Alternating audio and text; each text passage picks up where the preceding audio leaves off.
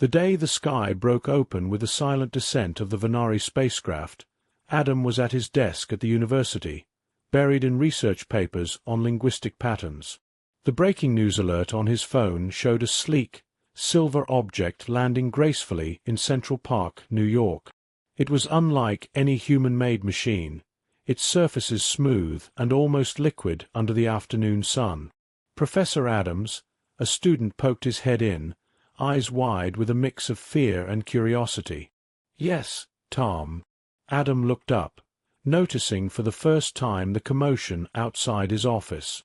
Students and faculty crowded around televisions in the hallway. They're saying it's aliens," Tom managed breathlessly. Adam stood and followed him to the nearest screen. The news anchor was struggling to maintain her composure as she reported on the unexpected visitors. Military and police had cordoned off the area, and the world watched, holding its breath. "Aliens, actual extraterrestrial beings," Adam murmured, his researcher's mind already turning over the implications. Could they communicate? What languages would they speak? Hours later, Adam found himself drafted into a rapid response team by the government, thanks to his expertise in linguistics. He was flown out to New York, where the scene at Central Park was one of controlled chaos. In a secure tent set up near the landing site, Adam was introduced to the rest of the team: Dr. Lisa Chen, an astrophysicist, and Major Jack Dalton, a military liaison. "We need to establish communication immediately," Lisa said as they gathered around a table strewn with laptops and papers. "Understand their intentions." Jack nodded, his expression grim. "And we need to be prepared for any adverse outcomes." Their discussion was interrupted when the tent's flap opened to admit a government official. "They've opened the hatch. No movement yet, but it looks like they're about to come out."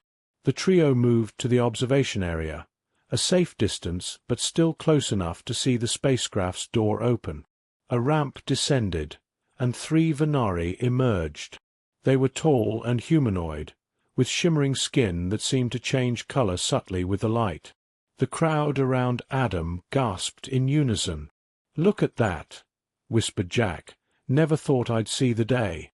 As the Venari stood calmly, seeming to take in their surroundings, one of them stepped forward. It, or he, as Adam guessed from the slightly broader shoulders, raised a hand, palm forward in what looked unmistakably like a gesture of peace. "Okay, that's our cue," Adam said, stepping forward with a mixture of trepidation and excitement. He stopped at a respectful distance, searching his mind for the most universally understood greeting. "Hello. I'm Adam. We come in peace." To his amazement, the Venari replied in clear, albeit accented, English.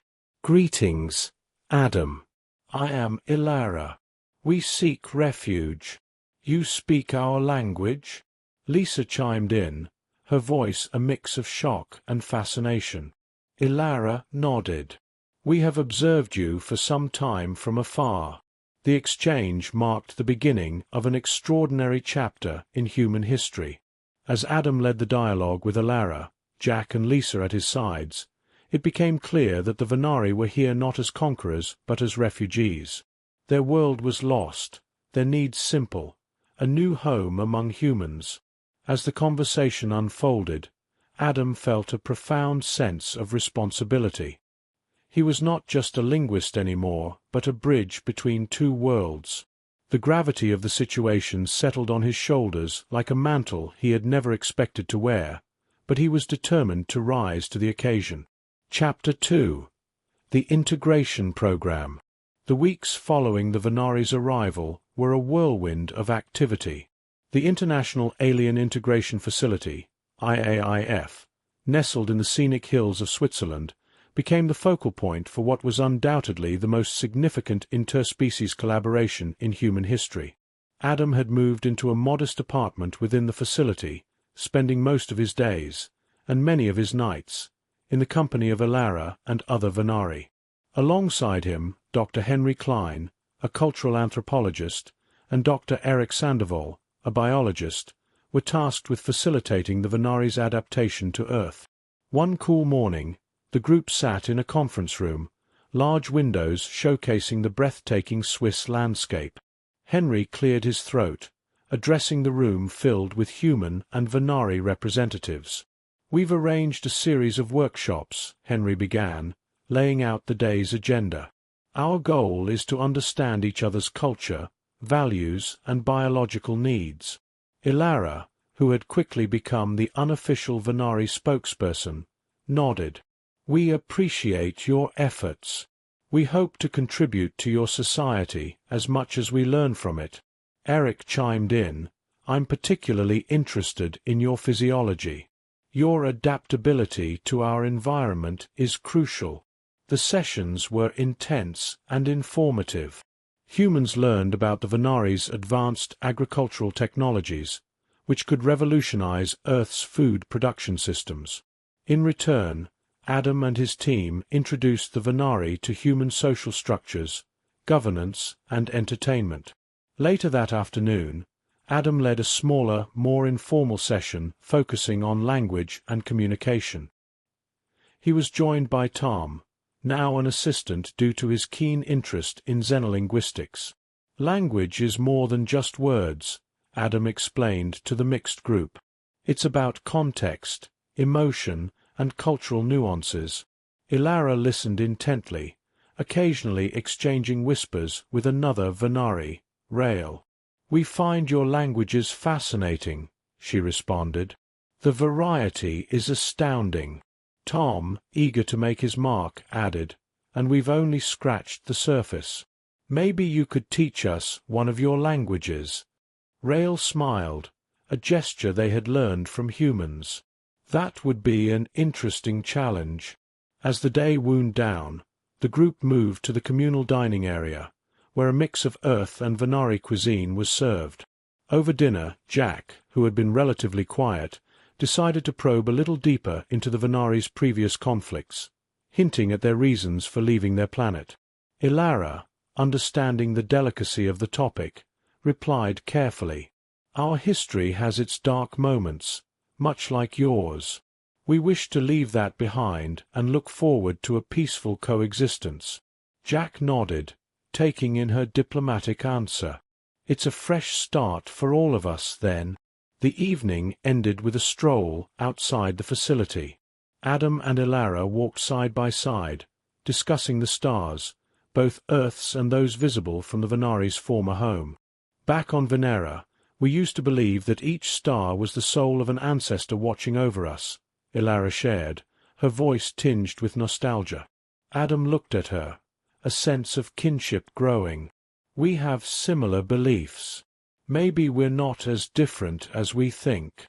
Their conversation drifted to more personal topics, revealing shared hopes and dreams.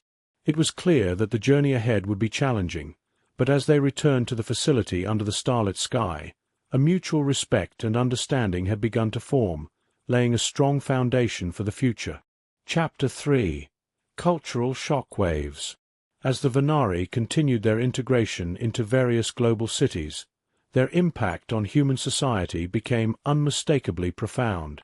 From Tokyo to Toronto, their advanced technologies and unique cultural practices began to weave into the daily fabric of human life, causing both admiration and unrest. In a bustling café in Paris, Adam met with Michael, a public relations specialist assigned to manage the perception of the Venari integration. The café was noisy, a typical afternoon crowd, but their conversation was a bubble of intense focus. "Adam, the feedback we're getting is mixed," Michael began, tapping on his tablet to show graphs and stats. "On one hand, there's a significant appreciation for the environmental tech. On the other, there are rising concerns about job displacements due to their efficiencies." Adam sipped his coffee, considering the data. "It's a classic fear of the unknown. We need to emphasize the collaboration aspect more. Maybe showcase joint projects." "That's a good start.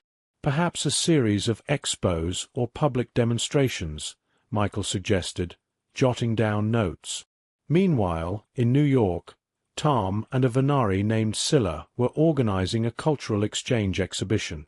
The event was designed to showcase Venari arts and crafts alongside human creations, promoting understanding through shared artistic expression. "Think this will help bridge some gaps?" Tom asked Scylla as they arranged the displays. Scylla placed a delicate sculpture next to a human abstract painting. "Art speaks a universal language. It shows our emotions, tells our stories. It should help."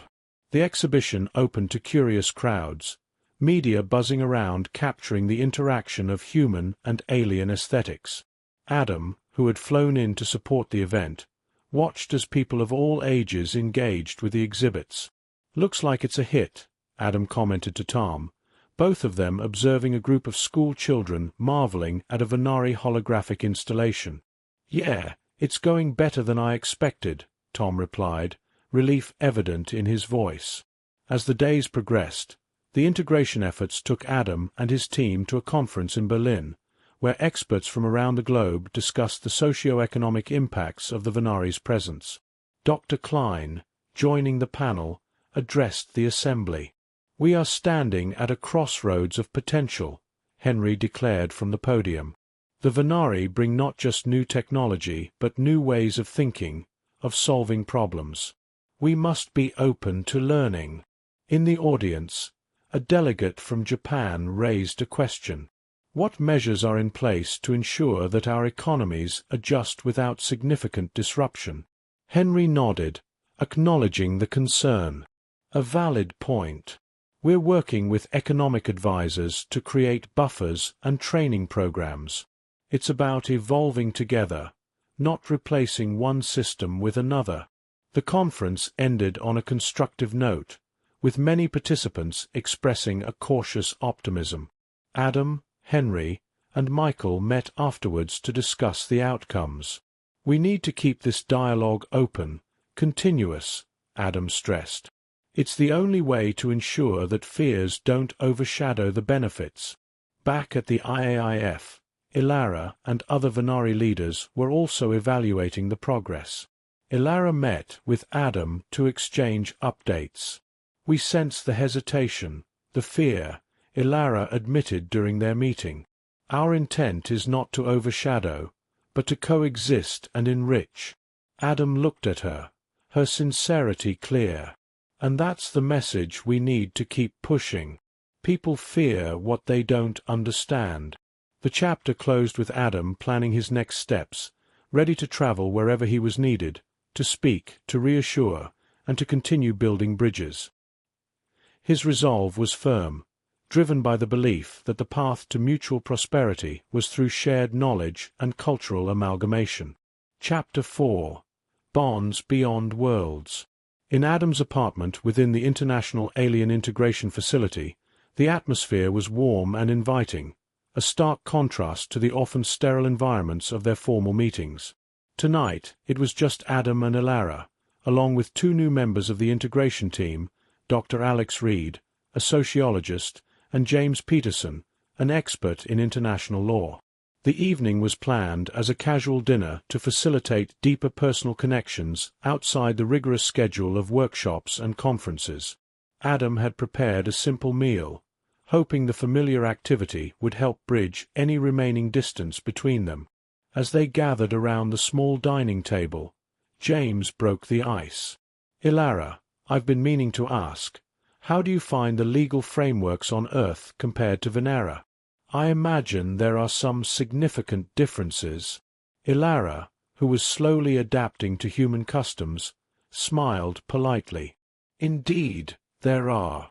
Our laws are based more on collective welfare and universal compliance, which I understand is quite different from the diverse legal systems here." Alex, ever the observer of human behavior, chimed in. "It's fascinating to see how laws reflect societal values. What's considered just in one culture can be perceived quite differently in another." The conversation moved from law to social practices, and Adam watched as Ilara listened intently, her curiosity about human society as keen as theirs about her people. As they moved to the living room with coffee and dessert, Adam decided to shift to a more light-hearted topic.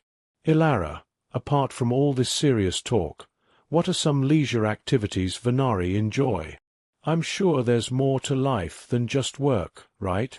Ilara's eyes lit up, a human expression she had picked up remarkably well. Absolutely, Adam. We enjoy Solara, somewhat similar to your concept of music, but experienced through vibrations felt throughout the body rather than just auditory. James was intrigued. That sounds like an incredible sensory experience. Maybe you could show us sometime. I would like that very much, Ilara responded, her tone reflecting genuine enthusiasm. The discussion turned towards Earth's music, and Adam played a few classical pieces on his stereo. Music has always been a bridge between cultures, he mused. Maybe it can be between species too.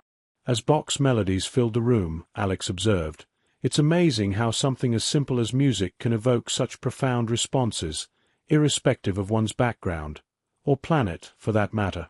The night ended on a reflective note, with each of them sharing a bit more about their personal lives. James spoke of his family back in Canada, while Alex discussed his recent research on intercultural communication. Ilara listened and then shared her own story, her voice soft but clear. On Venera, I was a teacher.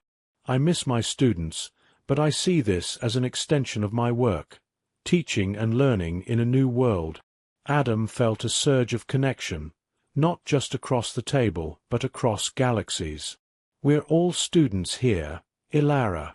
Tonight shows how much we can learn from each other. As the guests left, Adam stood at his window, looking up at the stars. The bonds forming between them were not just professional, but deeply personal. This integration was about more than policies and practices. It was about building friendships, understanding different lives, and finding common ground in a universe that was suddenly much smaller. Ilara's last words before she departed echoed in his mind, a testament to the growing trust between them. Thank you for this evening, Adam. It's good to remember we are not so different at all. With a renewed sense of purpose, Adam prepared for the days ahead, knowing that each small gathering and every shared experience were the real steps toward a successful integration. Chapter 5. Echoes of Retribution. The integration efforts, while mostly progressive, were not without their detractors.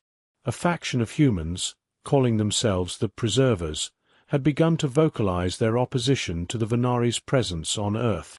Their arguments were steeped in fear of losing cultural identity, fear of job displacement, and a general unease about the future. Adam found himself at a United Nations headquarters meeting in New York, preparing to address these concerns.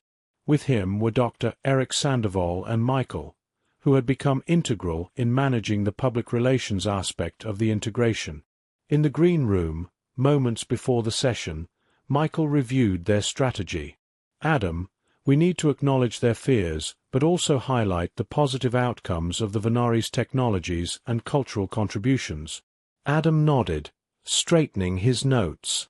It's about finding balance. We can't dismiss their concerns, but we also can't halt progress. As they walked onto the stage, the room was a mix of diplomats, journalists, and activists, with a notable section of preservers wearing their distinctive blue badges. The panel discussion was intense. A delegate from Germany asked, "How do we ensure that the integration does not dilute our cultural heritage?" Before Adam could respond, a shout came from a preserver in the audience. They burned heaven in retribution. Their own planet was destroyed because of their ways, and now they bring danger to ours. The room erupted in murmurs, and Adam held up his hand for calm. "Let's address that," he said, his voice steady. The Venari did not destroy their planet. Their star system underwent a natural cataclysm. And it's exactly why their experiences and technologies in sustainability can be invaluable to us. They learned from their hardships. Eric jumped in, providing a scientific perspective. Their agricultural innovations alone have the potential to end famine in several arid regions of our world.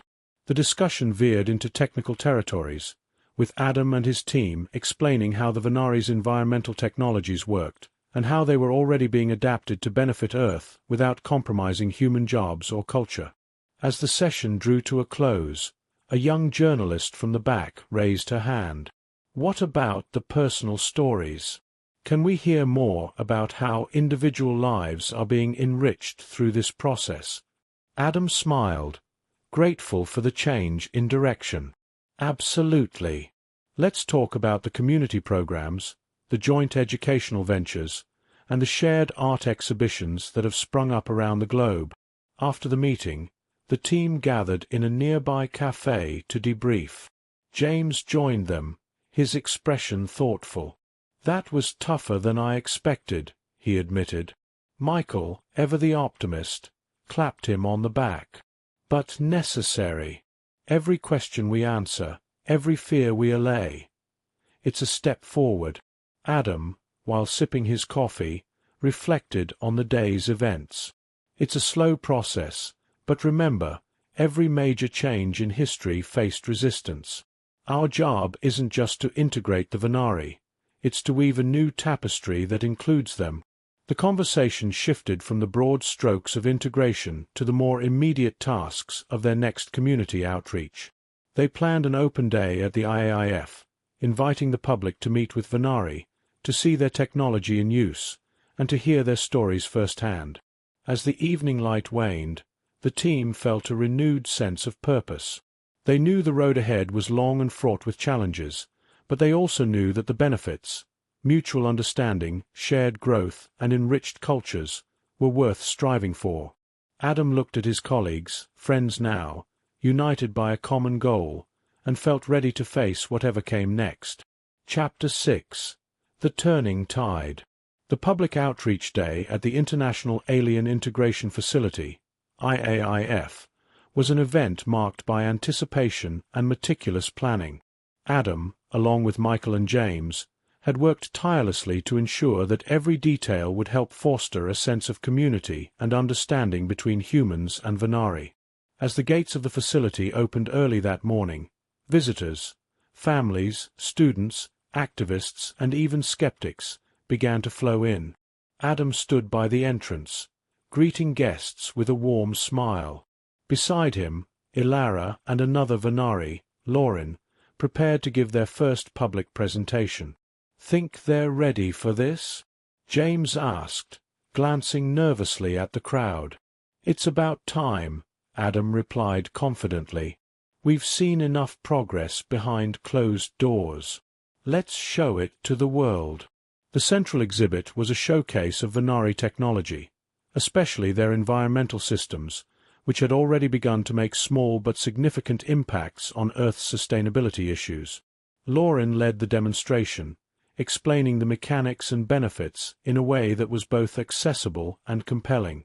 As Lauren spoke, a man in the audience, clearly part of the preservers based on his badge, raised a hand. "How do we know this technology won't be used against us? How do we ensure our safety?" Before Adam could intervene, Ilara responded, "We understand your concerns. Our intention isn't to overpower, but to empower. All technology shared has been openly documented and is subject to Earth's regulations." Her answer seemed to resonate with many in the crowd, and the session continued with a more constructive dialogue. Meanwhile, Michael led a group on a tour through the cultural exchange exhibit, where Venari and human art were displayed side by side. "Notice the themes of harmony and coexistence," Michael pointed out. "These pieces were created collaboratively by human and Venari artists."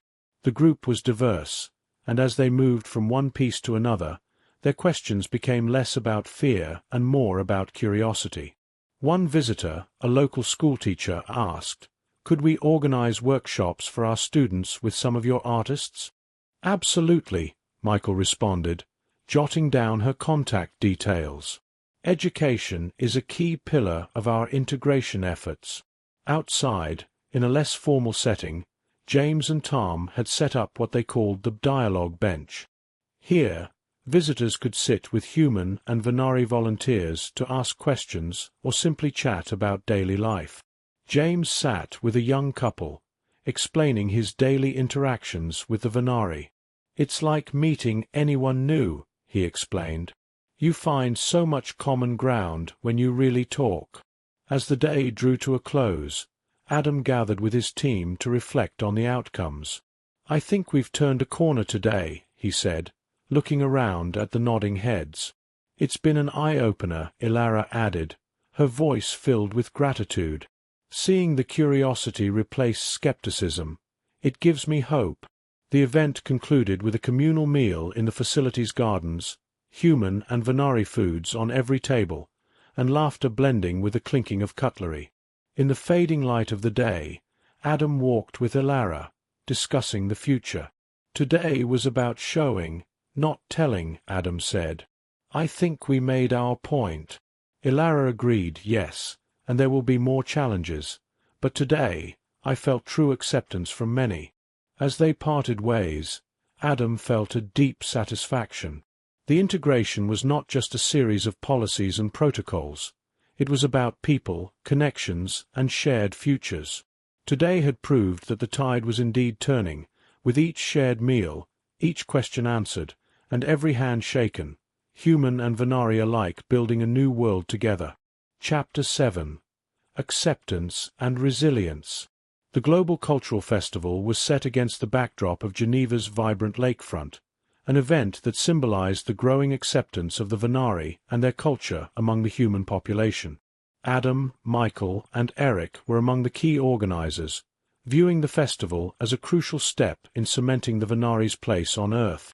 As they walked through the bustling festival grounds, checking final preparations, Adam turned to Michael. "Do you think we've covered everything? The art exhibits, the food stations, both Venari and human." Michael, checking off items on his digital planner, nodded. "Yes, and we've got translators at every booth, plus mixed security teams to ensure everyone feels safe." Eric, ever the scientist, was more focused on the educational aspect. "I'm particularly proud of the interactive science booths. It's one thing to tell people about Venari technology. It's another to let them experience it." The festival opened to the public by mid-morning, with crowds larger than any of the team had anticipated. The air was filled with a mix of human and Venari music, an auditory symbol of their coexistence. At one of the more popular booths, Adam and Michael facilitated a panel discussion with human and Venari artists who had collaborated on a series of paintings and sculptures. "Why do you think art is important in understanding each other's cultures?" Michael asked the panel. A Venari artist, the Lys, responded with a thoughtful look. "Art transcends language and even species.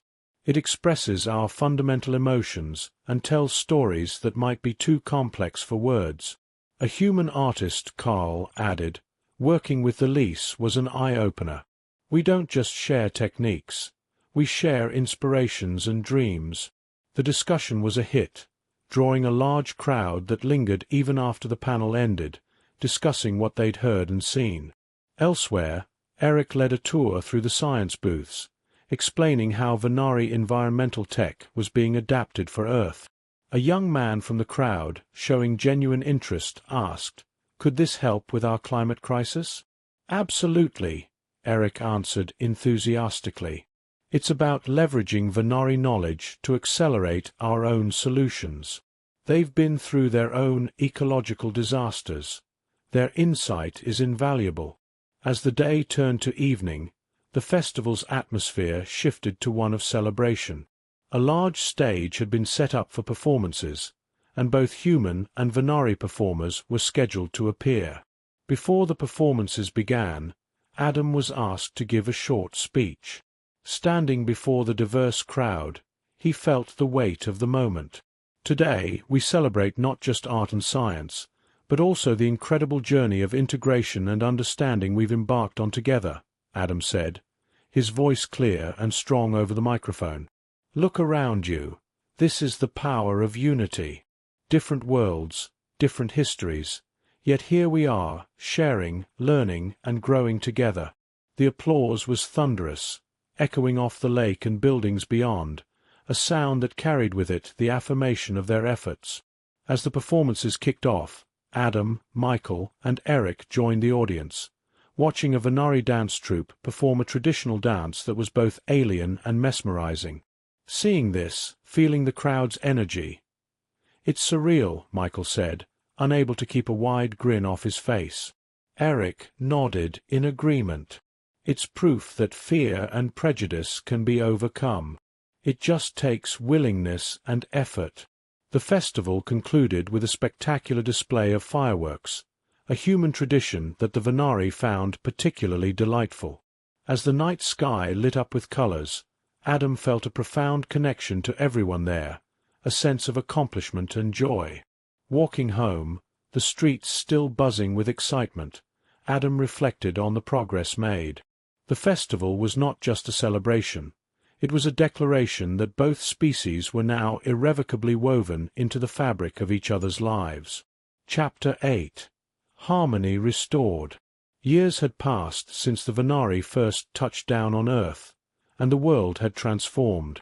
The International Alien Integration Facility, once a hub of tense negotiations and cautious interaction, was now a vibrant community center celebrating the harmonious coexistence of two intelligent species. On a clear, sunny afternoon, Adam walked through the facility with his old friend and colleague, Michael. They were preparing for the annual Unity Day celebration, a now cherished tradition marking the anniversary of the Venari's arrival. "Remember the first Unity Day?" Adam chuckled, adjusting a banner. "We were so worried about how it would go." Michael laughed, handing Adam another tie wrap for the banner. "I was a nervous wreck. But look at us now. It turned into something beautiful." The grounds were bustling with activity, both human and Venari volunteers working side by side. Children ran past them, a mix of human and Venari youths, laughing as they chased a fluttering, bioluminescent Venari kite. As they worked, Dr. Eric Sandoval joined them, his arms full of digital display panels. "Where do you guys want the history exhibit set up?" "I've got some amazing holograms of our early days." "Over by the central stage," Adam directed. "People should see how far we've come before they enjoy the performances." The setup continued, with each of them slipping into their roles with practiced ease. Later, as guests began to arrive, Adam took his place at the podium to give his customary speech. "Ladies and gentlemen, both human and Venari," Adam began, his voice carrying across the crowd. "Each year, we gather here not just to celebrate our unity, but to remember the journey that brought us here. Each of you plays a part in this incredible story."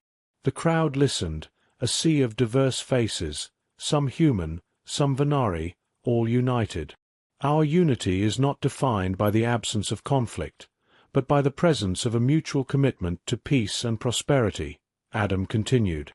After the speech, the festival kicked off with music, food, and laughter. Adam, Michael, and Eric made their way through the crowd, each stopping to chat with attendees, sharing stories and memories. At one of the food stalls, Adam sampled a Venari dish, now a favorite among humans. "You know, I never thought I'd get a taste for this," he admitted to the vendor, a Venari he knew well. The vendor smiled, a gesture fully adopted from humans. "And I never thought I'd like pizza. Now I cook it for my family once a week." As the day turned to evening, a special performance was scheduled. A group of human and Venari musicians had formed a band, a perfect blend of both cultures. Their music was a fusion of earthly instruments and Venari sound technology, creating something entirely new and utterly captivating. Michael leaned over to Adam as they watched. "Do you think we'll ever stop being amazed by all this?" "I hope not," Adam replied, his gaze fixed on the stage. "This amazement, it's what keeps us striving to be better, to learn more and grow together."